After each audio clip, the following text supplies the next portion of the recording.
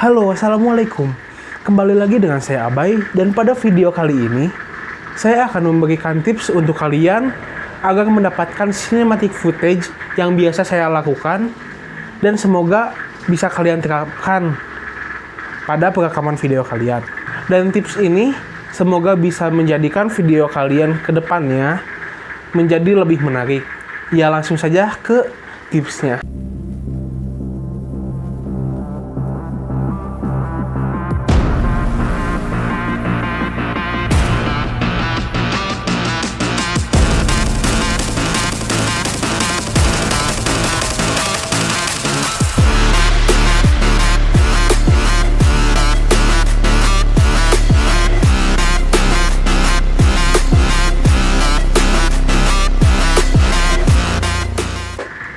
Yang pertama, gunakanlah mode manual pada kamera kalian.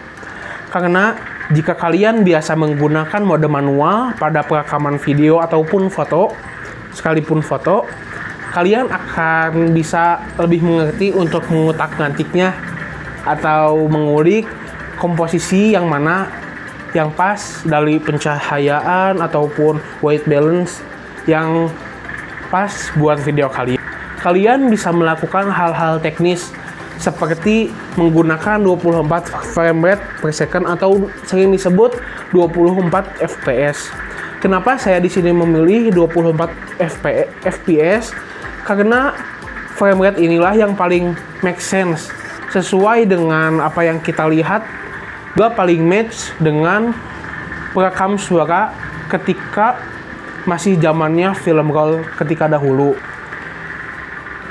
Dan juga jika kalian menggunakan 24 frame per second misalnya, jika kalian ingin menciptakan motion blur yang sesuai lah, yang pas pada perekaman video ini, kalian bisa mengatur shutter speed dengan kali 2. Misalnya jika saya menggunakan 24 frame rate per second, maka kalian bisa menggunakan shutter speed 1/48 atau yang mendekatinya 1/50, 1/60.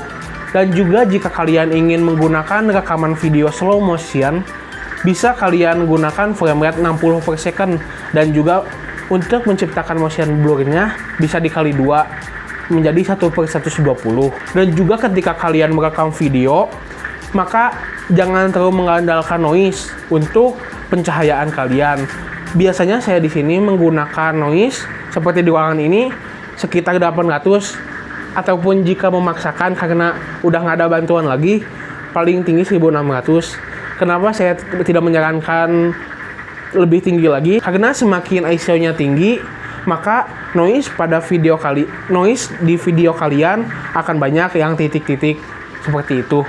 Dan itu karena pengaruh ISO. Dan juga aperture atau bukaan. Jika aperturnya semakin kecil, maka cahaya akan semakin redup. Dan juga deep of field-nya ataupun ketajamannya menyeluruh, dan jadi semuanya tajam. Jika kalian ingin bokeh seperti ini nggak terlalu dan jika kalian ingin yang blur ataupun bokeh gitu, maka kalian bisa mengubah aperture kalian. Selain menjadi terang, gambar kalian pun akan bokeh yang biasa orang lain suka. Ya, lalu tips yang kedua yaitu gunakanlah aspek rasio 2.35:1 atau bisa kita sebut cinemascope ataupun black bar yang ada di atas atau bawahnya hitam. Kenapa orang-orang biasanya menggunakan ini? Karena agar video kita lebih luas pandangannya. Ya, jadi seperti dilebarin gitu. Jadi kayak bioskop kayak gitu. Jika kita menggunakan aspek rasio 2.35:1, biasanya video kita akan tercrop atau terpotong atas bawahnya. Ya, di sini biasanya saya mengatasi masalah seperti itu dengan menggunakan solasi pada atas layar atau bawah kamera. Ya, pada layar kamera kalian di atas dan bawahnya ditandai untuk menjaga framing yang kalian inginkan. Selanjutnya tips yang ketiga, gunakanlah rule of third atau garis bantu untuk menempatkan objek agar lebih terlihat menarik dan juga mempercantik tampilan kalian. Ya, dan ini pun tidak usah kalian patoki, bisa kalian gunakan kreativitas kalian untuk mempercantik pada tampilan video kalian. Ya, dan yang keempat yaitu kamera movement atau angel shoot, karena ini menentukan bagaimana emosi para aktor untuk membuat karakteristik atau sikap pada aktor tersebut. Dan juga diantaranya ada kamera movement crab yang biasa saya gunakan, atau track dari kanan ke kiri ataupun sebaliknya. Dan biasanya perekaman video seperti ini tuh biasa digunakan menggunakan slider ataupun gimbal agar hasil yang lebih stabil, ataupun kamera movement pedestal dari atas ke bawah ataupun bawah ke atas. Namun di sini saya tidak menggunakan alat bantu keduanya. Di sini saya hanya menggunakan tangan atau handheld shoot yang biasa saya gunakan. Ya, jadi ketika kalian menggunakan handheld shoot, kalian harus lebih berhati-hati, jangan tremor ataupun goyang-goyang. Karena jika kita goyang-goyang itu akan merusak tampilan video kita. Jadi usahakan kita jalan kepiting atau jalan pelan-pelan. Dan jika ketika kita merekam video dan ada gerakan yang sedikit goyangnya, kita bisa menggunakan warp stabilizer di Adobe ketika proses editing. Ya, tips selanjutnya, kalian melakukan color grading pada prosesi ketika pengeditan.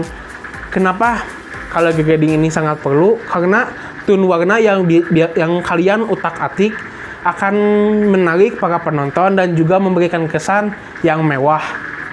Yaitu mungkin 5 tips yang sudah saya paparkan. Namun yang paling penting sebelum kalian memulai hal teknis seperti tadi, kalian harus memiliki storyline atau jalan cerita. Kenapa saya memberikan storyline ini sangat penting? Karena ketika kalian merekam video, pesan yang kalian ingin sampaikan dalam video kalian itu bisa tersampaikan pada penonton. Dan juga ketika kalian menggunakan storyline atau storyboard yang sudah kalian bikin, mempermudah bagaimana kamera movement yang diperlukan dan juga angel shoot yang sesuai pada gambar kalian.